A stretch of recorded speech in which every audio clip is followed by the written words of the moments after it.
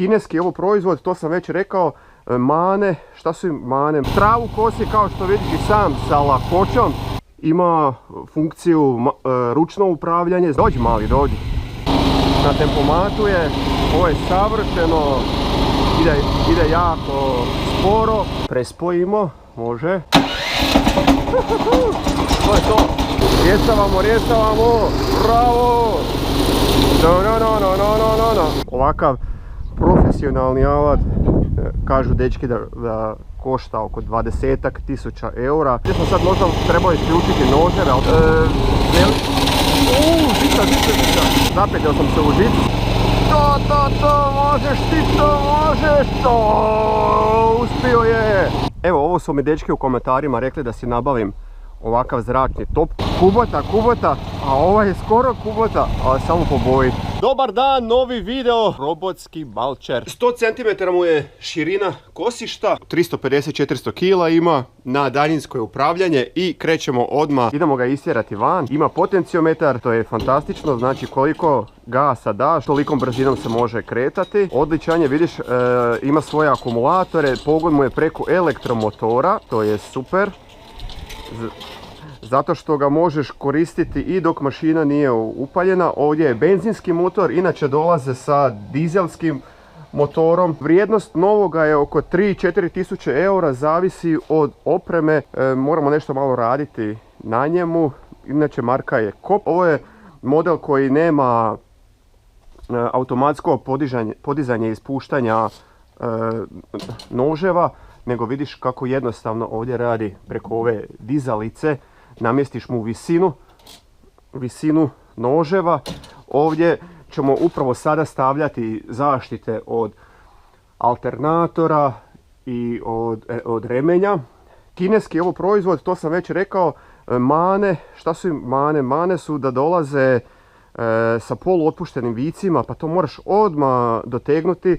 Remenje im je loše, tvorničko, ovo je gazda stavio novo remenje, malo kvalitetnije, tako da je to riješio. Hvala mu, takvog sam ga ja preuzeo, ali kak je promijenio motor, nije uspio vratiti zaštite, pa se sada moram ja sa time malo zaprkavati. Mana mu je jako osjetljiva elektronika, pa na to moraš pripaziti.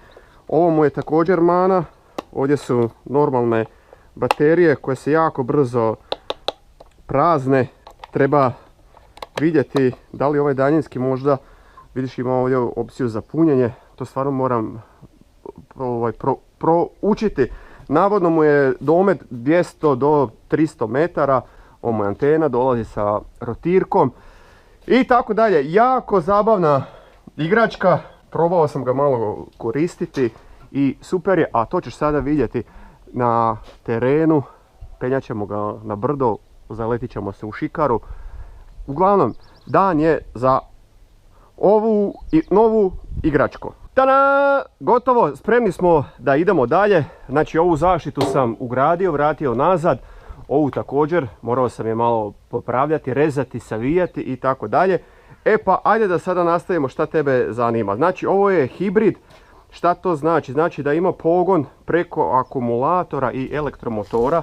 Ovdje su mu elektromotori koji pogone gusjenice i ima punjenje preko benzinskog ili dizelskog motora. Prvotno je bio ovdje dizelski motor. Gazda kaže da mu se marke KOP, gazda kaže da mu se raspao na prvome poslu i da je stavio ovaj benzinski. Ovdje je alternator, vidiš ovaj reme alternator koji ti puni akumulatore. Akumulatori su oni mali, tako da nemoj očekivati puno od njih. Znači gotovo uvijek motor treba raditi tako da ih puni, ali možeš ga, kao što si vidio, mogu i ponovo ću ti pokazati, možeš ga pokretati, utovariti, istovariti, malo samo prevesti bez da pališ mašinu ako buka ti ne treba. Kako? Ovo je kutija za alat. Ima funkciju ručno upravljanje, znači ako daljinski ti ostane u kvaru ili potrošiš baterije, i ima daljinsko ovdje na kontrola što je, ako staviš na ručno onda sa ovim joystickom upravljaš. Ovdje je njegov alat, dolazi sa ovim dijelovima, makar sam ja ovo dobio, ovaj alat i ovo je ključ za podešavanje visine kosišta.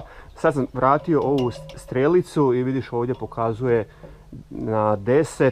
Mogu ga još spustiti, pokazat ću ti sada, ali ne bi više ga spuštao tako da se ne troše ove šine nepotrebno od trljanja, od habanja sam htio reći. Znači na ovaj način podešavaš visinu kosišta. Samo to tako da sjedne. Evo vidiš na ovaj, ili ako trebaš na ovu stranu, to je to. Znači cijelo kosište, evo sad da si ruke ne uprljam, cijelo kosište, vidiš ona dizalica drži, to i ovo je odlično. Ako naiđeš na neku prepreku, podići će se cijeli sistem gore, što je dobro. Ajmo dalje, idemo, tvornički dolazi sa ovakvim ključem gdje radiš i start mašine, ovo je kontakt za mašinu i anlasovanje. U ovome slučaju to ne funkcionira, zašto? Zato što je gazda promijenio je motor, benzinski je ovdje i sada ima dva ključa trenutno, to ću ja prepraviti. Čim stignem da ponovno imam samo jedan tvornički, ali evo sada ne stignem. Može, krećemo ovako, na ovaj način se aktivira, rotirka odmah radi, ovo je antena, sad ovdje ne vidiš napon, 25,7 piše. Uzimamo daljinski aktiviraš, ovo držiš 1 sekundu, 2. To je to, daljinski je spreman. Idemo unutra u hladovinu, odmah sam dao puno gasa. I to je ovo je odlično, znači za natjerat na prikolicu i tako dalje, ali htio sam samo da vidiš to da je napon u sjeni, da vidiš kako će se promijeniti napon kada upalimo mašinu. Sada piše već 25.0, 25.1, ne znam da li vidiš, evo ja ću ti pročitati, 25.2. Može, palimo benzinski motor, on pravi manje vibracija i relativno manje buku pravi, ali je slabiji, pogotovo dizelski motor je jači u nekim niskim okretajima. Može, palimo ga, uvijek trebaš čok, to tako funkcioniraju te mašine, čok, ovdje kontakt naravno, palio bi na anlaser, ali to nam nije spojeno. Mogao bi sada ovdje recimo, evo ajde baš da probamo, da li će moći da mu samo živi plus prespojimo, može. To je to. Znači samo treba žičice spojiti da upali na anlaser, ali evo sad sam i to ispitao i to radi. Sad ću samo pokazati, voltmetar, ostalo je isto, treba ga isključiti i ponovno upaliti, gledaj sada, 28,3, bude 28,5. Odlično, vidiš kako je tih, sada idemo dalje sa vožnjom. Ajmo! To. Malo mu trebam dodati gasa, tako da se ne muči u leru. Ovo mu je dobro za vožnju, a za noževe treba još malo dodati. Ajmo. Da, ovo je dobro zaklopiti da bez veze ne vibrira. Vidiš, ovaj benzinski baš fino radi. Dizelski bi sad pravio vibracije ko lud, zato je pukla ovaj lim, njega isto moram popraviti, ali ajmo mi sada na korištenje. To. Može, evo nas, odmah ćemo vidjeti koliki domet može, koji uspon može savladati i tako dalje. Kako radi tempomat i koje funkcije. Možda čak ima na daljinskom i paljenje mašine, vidjeti ćemo to. Ok, sad ovo nam je dosta, aktivirat ćemo sada noževe. Vidiš sada u ovome trenutku noževi se ne vrte, ne rotiraju, sad samo vozimo. Ovdje je sklopka na sajlu, centrifugalna sklopka, to sam htio reći. Može, treba nam sada radni gas. Da, Idemo nekako, ovo je maksimalni. Ovo je dobro. Idemo lagano pokrenuti noževe. To. Sad smo pokrenuli noževe, i vidiš, i možemo ga lagano upravljati. Ajmo. Idemo na prvo brdo.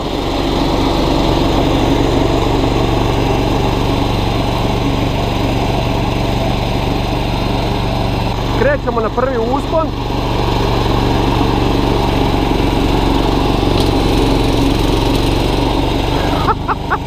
Ok, ovdje već proklizava.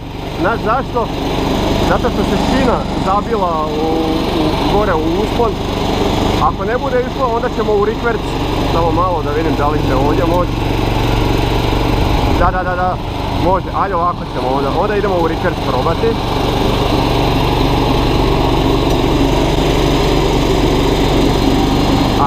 Ajmo da vidimo. Hoće li sada ići. Proklizava.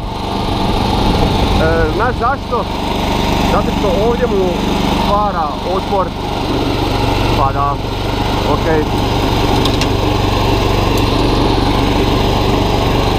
Može, idem probati po sredini.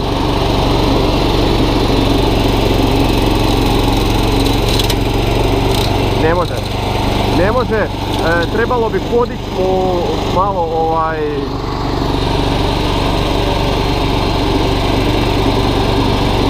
Evo vidiš šta se događa.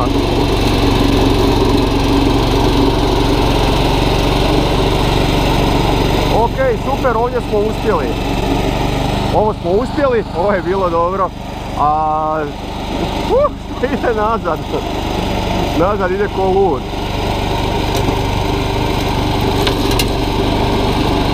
Dobro, idem još jedan pokušaj, nekako po sredini.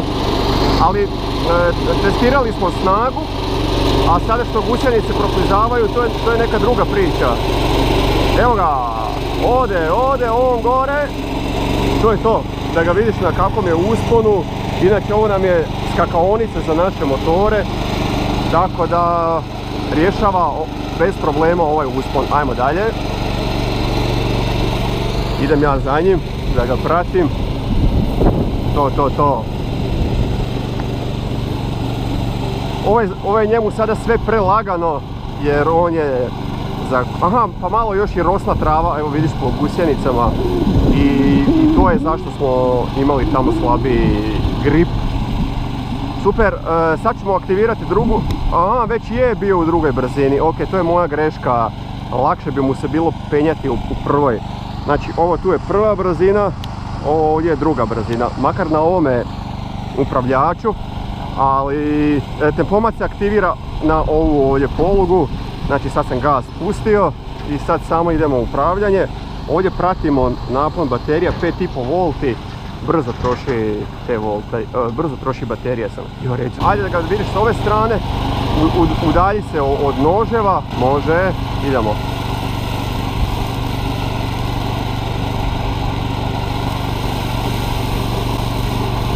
Travu kosi kao što vidiš i sam sa lakoćom, to bi mogao čak sa još manje gasa raditi. Dobro, ajmo naći što veću travu ovdje kod mene. Tempomat, druga brzina, evo promatraj ga sada. I odosmo! Ovo je dobro, ajmo malo neka skrene. Odlično. Idemo, poslat ćemo ga, nek tamo ide. Može. Njegova prednost je evo sada da se sjedneš tu u neku hladovinu, ovdje kod moga komše, da si neku limenkicu imaš pokraj sebe i sjediš i uživaš. On kada ode daleko od tebe, onda ti je i buka sve manja. Sve jako dobro. Može, lagano ću ga sada rotirati. Za njega je bolje da pravi što veće krugove, tako da ne mora jako puno rotirati. Ok, to. Evo, uspio sam tu skrenuti. Pazim si na orase. Super, kontrole su jako jednostavne, čak jednostavnije nego kao kod stroja. Nisu kao dva joysticka da upravljaš sa dvije gusjenice, nego možeš dati i nekome malo zrelijem djetetu da upravlja sa ovime na sigurnoj udaljenosti. Ok, sad noževi se približavaju, pa pametnije se malo udaljiti. Evo, gledaj kako rotiramo, lagano rotiram. Idemo u drugi red. I super, tempomat radi svoje, na drugoj je brzini. Još tu ima nekih dodatnih opcija. Komšo! Komše me gledaju zadnjih dana kako to novu igračku imam. Pa da, zanimljiva meni, zanimljiva njima, svima je zanimljivo. Ok, ovdje smo sad riješili košnju trave. Kao što vidiš, ovo ide kao podmazano. I sada ćemo malo nešto zahtjevnije njemu, evo, skrećem. To. Prva liga. Može, ide prema meni. Gledam ovu liniju. Eto, i to je to. Neka on radi svoje. Dođi mali, dođi.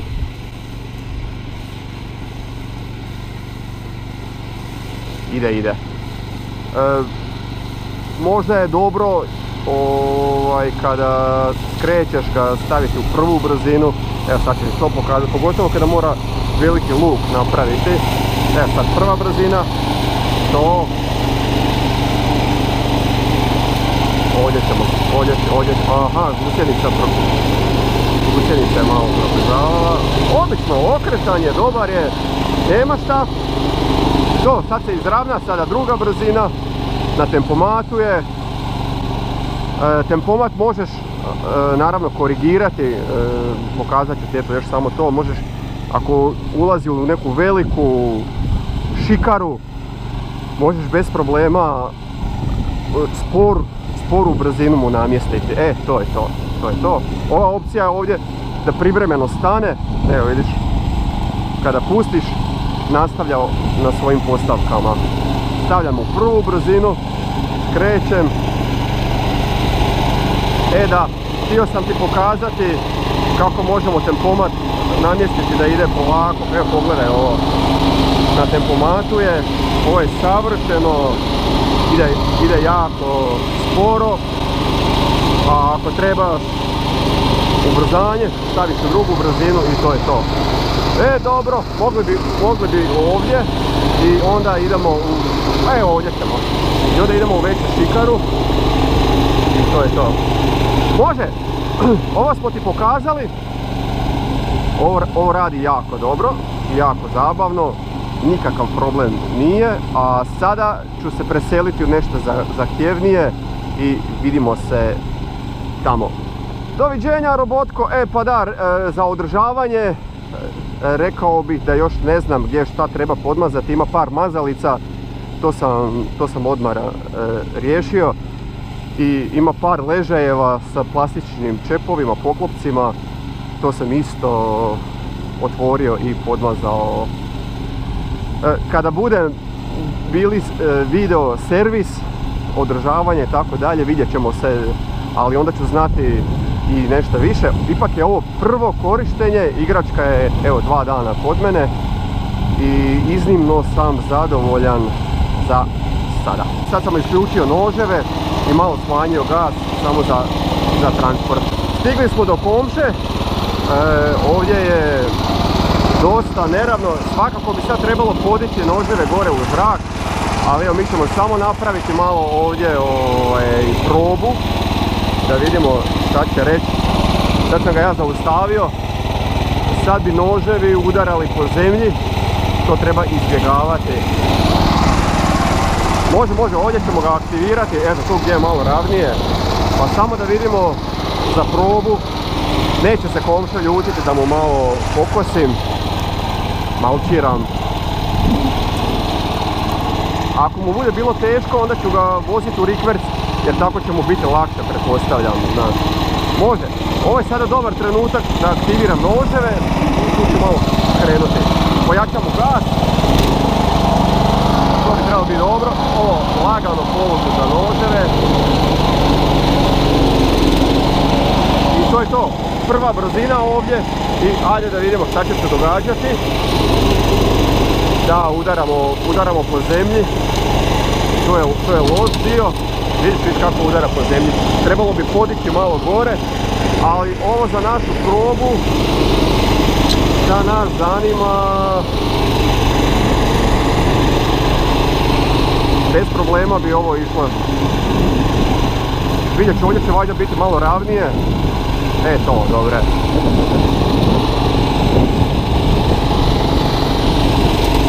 Može, stavljam ga na trpomat.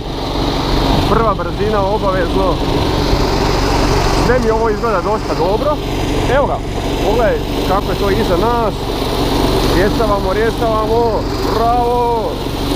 No. Ide dosta dobro. Idemo do njega, tamo ćemo se okrenuti.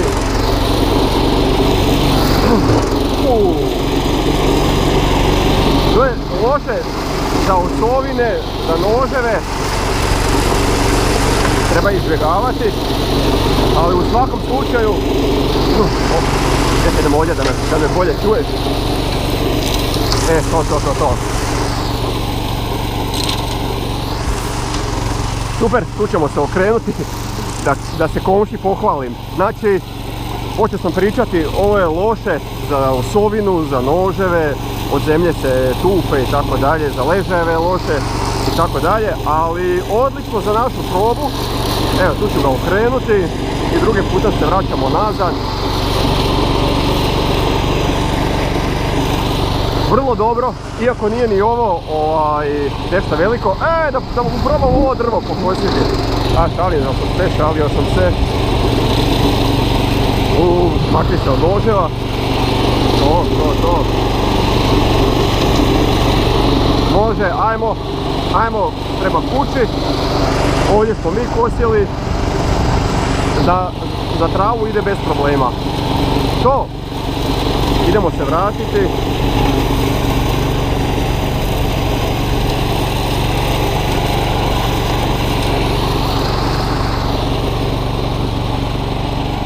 Evo, pokušavam, ovo mi je malo tu pobjeglo.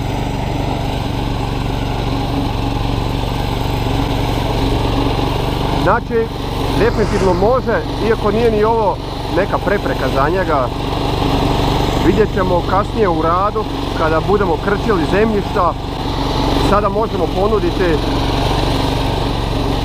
možemo ponuditi premium uslugu, to znači da idemo sa bagerom, mini bagerom, kubota, 3,5 tone ili 2,6 tone i vadimo panjeve, grmljeve, raslinje, korijenje, a onda iza nas ovaj momak, robot, prođe i ostaviti ovakvu površinu. Jako dobro. Komši sam sada ostavio prolaz, kod se ridnu, tamo sam se u neku zemlju zabio. Može, idem ja njega stići. Znači, ovo zemljište je zadnji put valjda izorano, možda je i tanjurao, jako je puno neravnina. Ovo bi rješavali bez problema, kod mene isto. Ali ovo je za probu bilo super. Čekaj da ga malo usporim. Evo, ako ga treba usporiti, samo lagano unazad mu brzinu smanjim dok je na tempomatu i to radi savršeno. Viš kako sada fino sporo ide. Čeka mene. Može, ajmo izaći. Još me samo zanima da li se možemo na onaj uspon kod mene opeti. Ovdje sam sad možda trebao isključiti noževe, ali nema veze.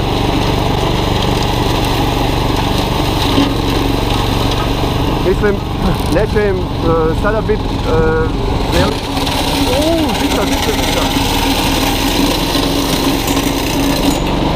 O, ne. Znači, žica, da, zapetio sam se u žicu, sad sam noževe isključio. Trebao sam ih isključiti, da. Ajmo malo nazad. Da vidimo šta je. Dobre, oslobodio se. Zaboravio sam na ovaj dio, zapetio sam se u žicu. Da, vidiš, moja greška. Žica je ostala dolje, nisam na to računao. Zaglavio sam se. Čekaj. To. To, prošli smo. Može, sad ćemo ponovno aktivirati noževe, ovdje malo kod mene. Može, ajmo dalje.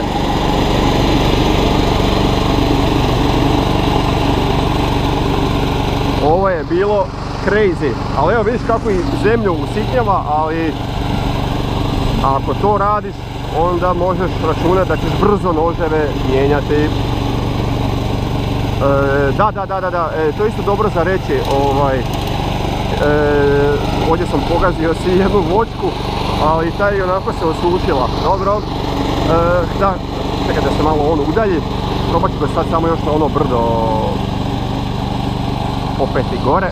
Ovdje smo uspjeli, na lijevoj strani baš nismo imali gripa. Vidjet ćemo da li će ovdje moći, možda će samo u rikverc moći. Počeo sam pričati da dijelova za njih, za Loncin benzinski motor ima svugdje.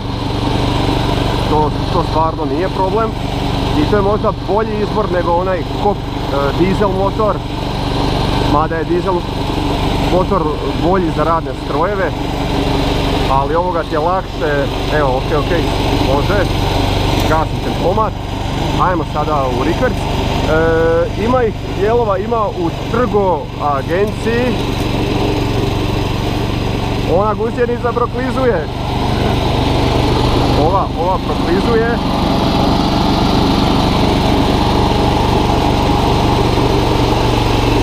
To mali, ajde, još malo. Zapeo je. Dobro, ovo je prilično dobar uspon, evo vidiš, ali trava je malo mokra. Ajde mali, ajde malo ovako koso. To, možeš ti, to možeš, to, uspio je. Evo ga, uspio je, išao je u rikverc i uspio je. To će biti to, sad ću ja njega ugasiti.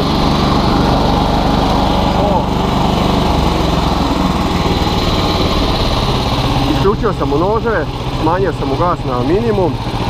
Da vidiš sada recimo napon akumulatora.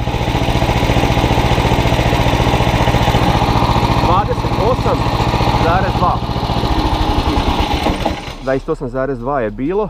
Čim smo izgasili motor, palo je na 26,3 i lagano pada dolje. Ovdje radi ovaj ventilator, hladi elektroniku i sada ga gasiš na ovaj način. Ugašen je, daljinski trebaš ugasiti, 5,4 V su baterije. Kad smo krenuli sa vježbom bilo je 5,5, 2 dana su stare baterije, dosta brzo ih troši. I za kraj još samo čišćenje. Evo, ovo su mi dečki u komentarima rekli da si nabavim ovakav zračni top. Ovaj je baš odličan, ima i turbo funkciju koja popapa bateriju ekspresno. Ja bih rekao da je bio test uspješan. Sad ćemo samo ispuhati prašinu. Mogu ti odmah malo i pokazati kako ovaj stroj dobro radi. Idemo redom. Prva brzina, druga, treća, četvrta i turbo. Turbo je fantastičan, ali ovdje baterija na turbo. Za ovo je sasvim u redu, sasvim dovoljna druga brzina. Možeš i zračni filter si ispuhati i sve ostalo. To je super. Evo, bitno je tu gdje je ventilator, da se elektronika hladi, oko zračnog filtera, oko mašine, oko pogona. To, možda malo dolje noževe i gusjenice. Evo, vrlo dobro. Ako ti treba još malo energije, staviš treću brzinu. Odlično. Gotovi smo. Sada još ostaje samo spremiti stroj u garažu i oglasiti novu uslugu stiglo nam je pojačanje. Ja bih rekao da je test bio prilično uspješan. Ipak ovo se radi o kineskom stroju, ovakav profesionalni alat, kažu dečki da košta oko 20.000 eura, znači kao neki luksuzni automobil. Novi ovakav je 3 do 4.000 eura sa dizelskim motorom najčešće. Ovo širina je 100, imaš i 80, mislim da imaju i 120. Šteta nestane u Cadija tamo, odnosno u Dacia Docker, jer je malo preširok. Hvala ti na gledanju, ako ti se svidjelo šta si vidio, ostavi neki komentar, možeš i ostaviti onaj palac ako ti se svidjelo. Vidimo se u novim epizodama, kraćim i dužim. Hvala ti na gledanju i doviđenja!